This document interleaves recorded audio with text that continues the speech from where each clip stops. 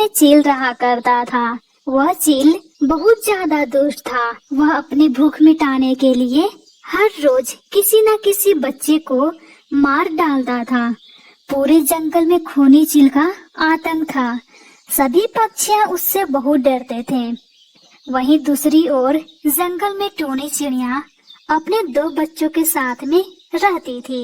टूनी चिड़िया का बहुत अच्छा दोस्त कालू था। एक दिन दोनों साथ बैठकर बातें कर रहे थे।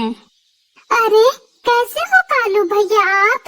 अरे मैं तो बहुत अच्छा हूँ। तुम बताओ, तुम कैसी हो? बहुत दिनों के बाद मिल रही हो।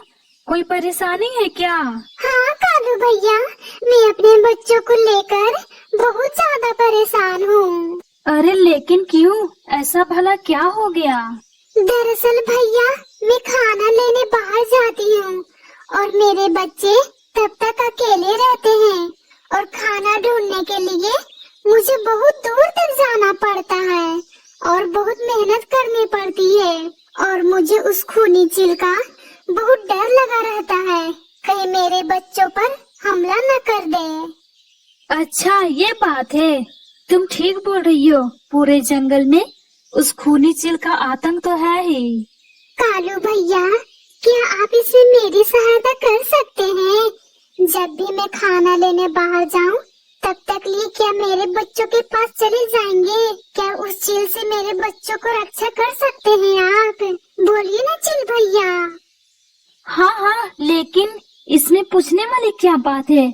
मैं जरूर तुम्हारे बच्चे के पास रुक जाऊंगा। तुम चिंता मत करो।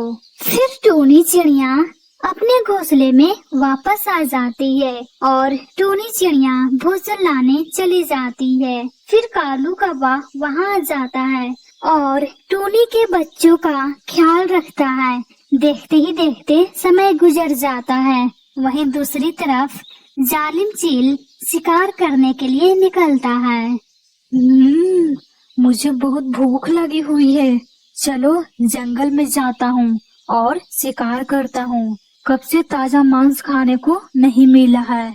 मुझे कितनी जोरों को भूख लगी है। अगर अपनी जान बचानी है भूख से, किसी न किसी बच्चे को शिकार करना होगा, वरना मैं तड़प तड़प कर मर जाऊंगा। ये अच्छा रहेगा। इतना बोलकर चील कालू कौवे और बच्चों के पास आ जाता है। ए चील, वहीं रुक जाओ। मेरे होते हुए तू इन बच्चों को कुछ नहीं कर सकते। दूर हटो इनसे। बड़ा आए बच्चों को खाने वाले जालिम चील।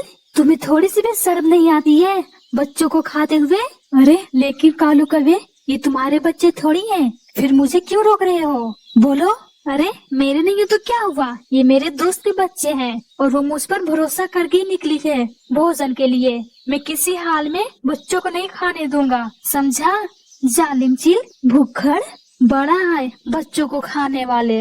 अरे मैं तुम्हें मारकर फिर इन बच्चों को ले जाऊंगा, समझे कालू कौवे?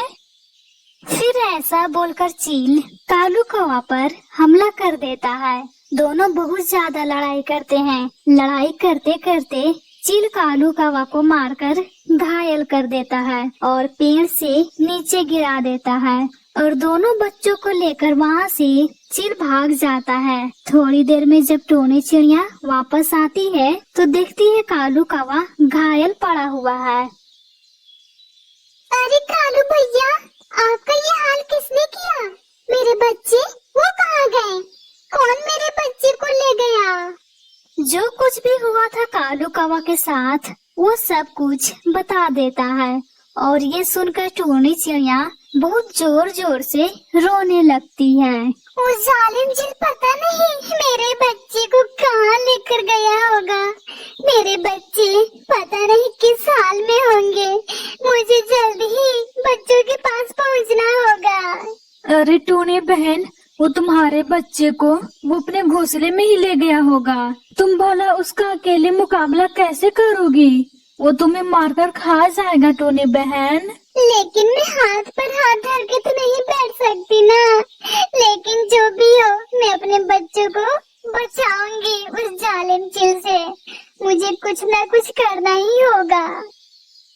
फिर दोनों पक्षियाँ सोचने लगते हैं। तभी टूनी को एक सुझाव आता है और कालू कौवा से कहती है वो, कालू भैया, मेरे पास एक सुझाव है।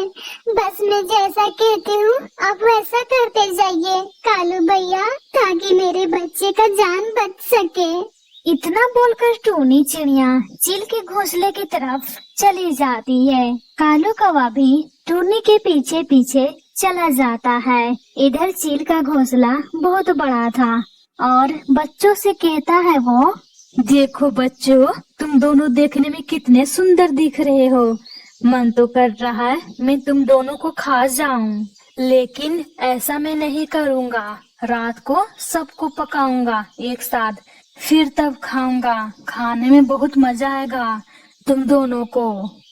इतने में टूनी चिड़िया वहाँ पहुँच जाती है और गुस्से से बोलने लगती है, ए चील, मेरे दोनों बच्चों को छोड़ दे, वरना तुम्हें ये दुनिया देखने की नसीब नहीं होगी। छोड़ मेरे बच्चों को, जालिम चील। ऐसा बात सुनकर चील जोर जोर से हंसने लगता है और कहता है, तुम्हें तो मैं एक ही झटके में खा जाऊंगा। तुम्हें क्या लगता है मेरा तुम कुछ भी नहीं बिगाड़ पाओगी? छोटी चिड़िया, तुम्हारे बच्चे को मैं खा कर ही रहूंगा, चाहे तुम जो कुछ भी कर लो अपने बच्चों की बचाने के लिए। अरे जालिम चील, तू मुझे क्या खाएगा? तू मुझे पकड़ भी नहीं सकता। तू सिर्फ मेरे छोटे छोटे बच्चों को ही पकड़ सकता है। अगर तुझ में इतनी हिम्मत है तो मुझे पकड़ कर दिखाओ। आओ मेरे पीछे, जालिम चील। ये बात सुनकर चील को बहुत ज्यादा गुस्सा आ जाता है। वो तुरंत टूनी चिड़िया को पकड़ने के लिए निकल जाता है। दोनों उड़कर बहुत दूर चले जाते हैं। टूनी चिड़िया एक पेड़ के गुफे में चली जाती है, वहीं चील भी तुरंत उसी गुफे में चला जाता है। वहाँ दूसरी तरफ टूनी चिड़िया दूसरे गुफे से बाहर निकल जाती है।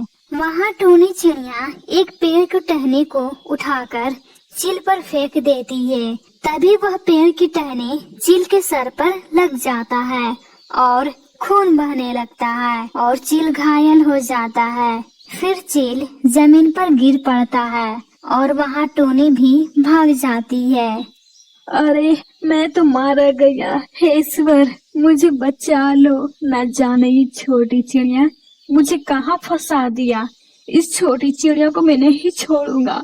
मुझे कितनी दर्द हो रही है। अब तुम्हें समझ में आया, जब किसी को दर्द होता है तो उसे कैसा लगता है? तुम्हारी सजा यही है जालिम चील। न जाने तुमने कितने बेजुबान बच्चों को खाया होगा। हाँ हाँ, बिल्कुल सही बात है। तुम इसी के लायक हो जालिम चील। न जाने कितने बच्चों को तुम मार डाला है। फिर चील की मौत हो जाती है और दोनों पक्षियाँ बच्चों को लेकर वापस अपने